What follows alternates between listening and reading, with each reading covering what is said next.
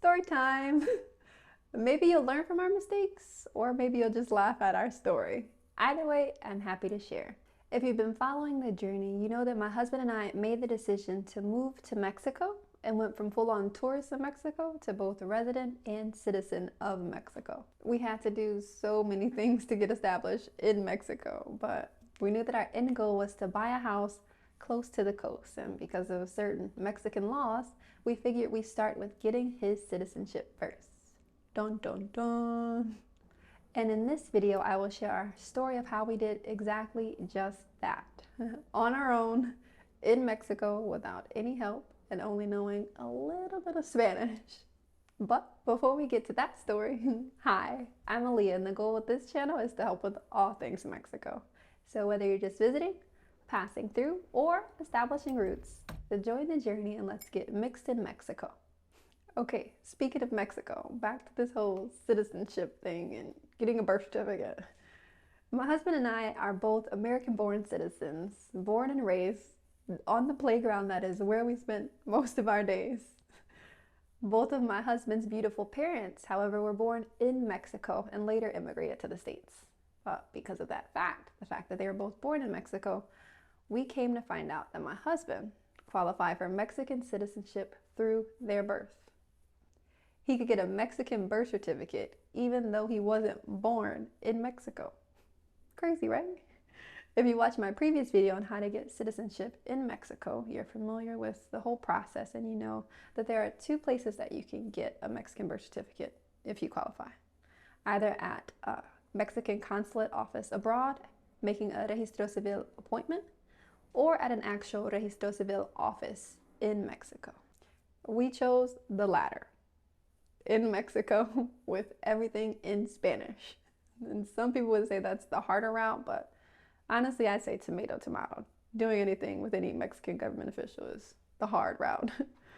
So as the story goes, we just happened to be in Mexico at the time, trying out a life there as tourists, and fell in love.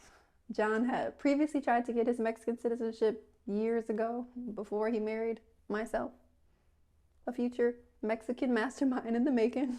So needless to say, he already had his apostolized long form birth certificate and I believe one of his parents' Mexican birth certificates, but that's all he had. I'm sure he now wishes he had this video, but it was a start. He had something. With what he had, we were in Mexico, sipping margaritas, living a great life, then decided we wanted to move. Knew we wanted to buy a house close to the coast. We knew about the restricted zone law, so we decided to start our journey with getting his citizenship first. That was the best route for us personally. So what did I do? What I do best. I hit the books. I started to research. I became a wife on a mission with ambition, and I got us extremely over-prepared before we showed up at the Registro Civil office, or so I thought. So we show up at the Registro Civil office with his mom, who not only speaks Spanish and can help translate, but is also the person that you definitely want to have with you if things go down. She would have had our back. Another plus of having his mom was that Mexico, which I deeply love, respects gray hair.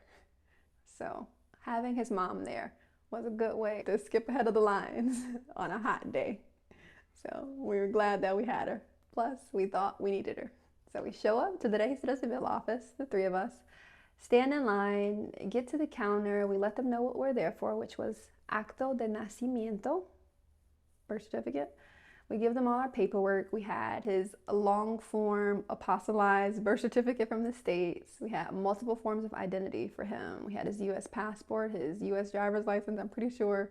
We also had his Mexican driver's license. We had both of his parents' Mexican birth certificates. We had their marriage certificate. We had two witnesses. We had his actual physical mother in the flesh present with valid photo IDs for her. We brought a lot. We brought her US passport, Mexican INE, Mexican driver's license, US driver's license. We had everything and then some.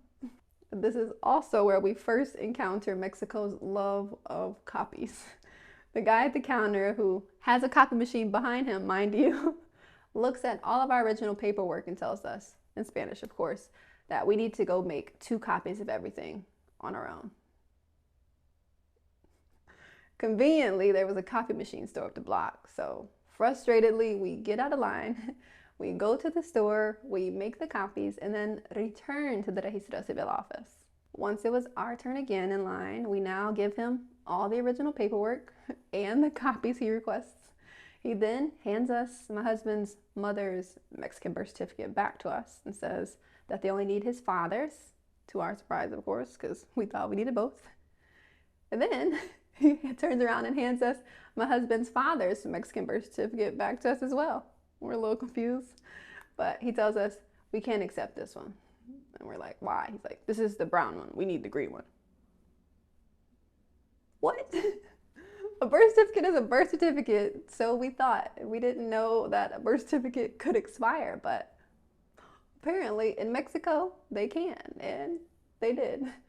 The green birth certificate just happened to be Mexico's version of the most up-to-date Mexican birth certificate. The old ones have a brown outline, but the new ones have a green one.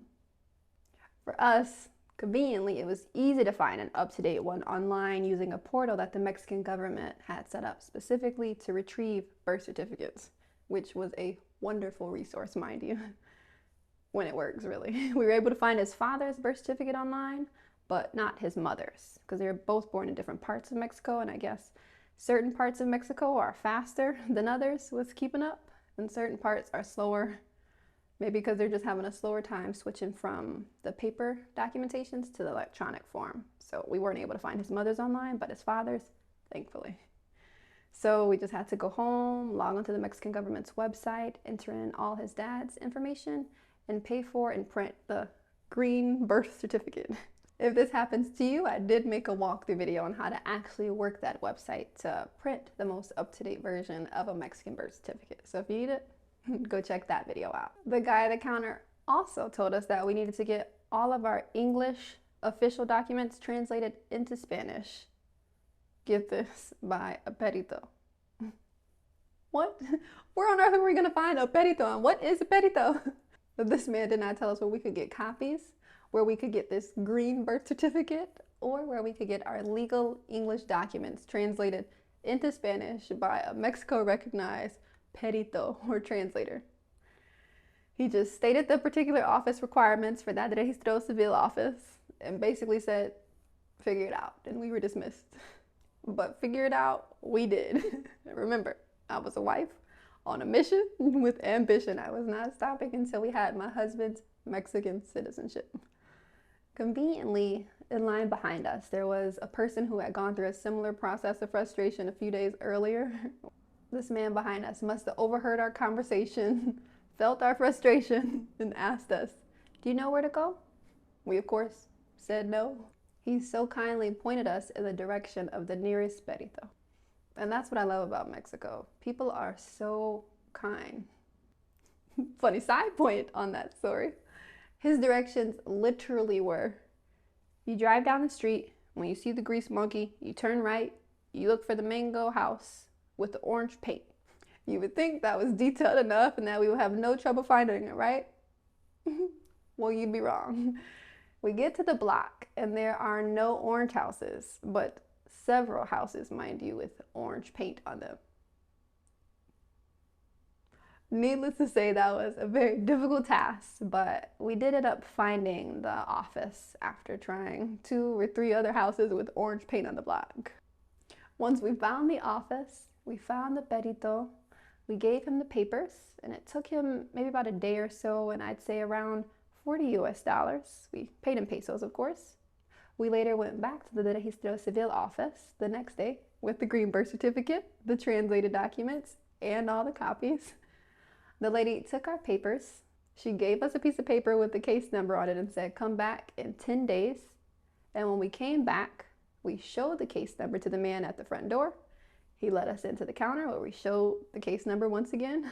Then the lady went back, got a file, and came to the window with John's Mexican birth certificate. We were then one step closer to our goals. So, of course, we celebrated. That is our story of how we got my husband's Mexican birth certificate.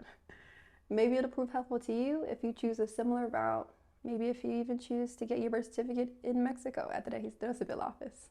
But Each situation, of course, is different and circumstances are unique to each individual, so your results may vary. We know for us, we were told and we read about many requirements that we never ended up needing.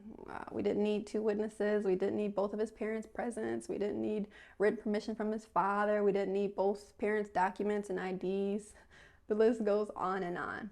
But in Mexico, things are just different. Quite literally, everyday things are probably different. So our advice to you would just be over-prepared for whatever office you end up choosing and hope for the best.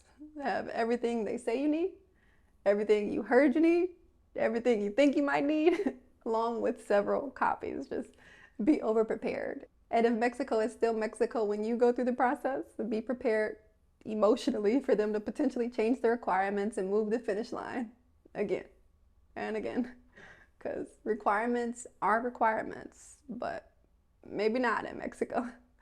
It's definitely the Mexico way at its finest, as we call it. If you want to live here, you definitely have to learn with it. And it now just gives us a good chuckle every time we encounter the Mexico way. That's all I have for now. Stay tuned to our video on how we got my husband's passport, which is a funny story. And also, later, how we got my residency after first being rejected. I tell you, it's definitely been a journey, but stick around and stay a while. I hope at the least that our journey will be insightful to you, because the goal with this channel is to make all things Mexico seem not so foreign to foreigners who may be living in Mexico. My question to you is, do you have any funny stories in dealing with the Mexico way of doing things? We'd love to hear it. Please do share in the comment section. In the meantime, in between time, have fun as always. Enjoy the process.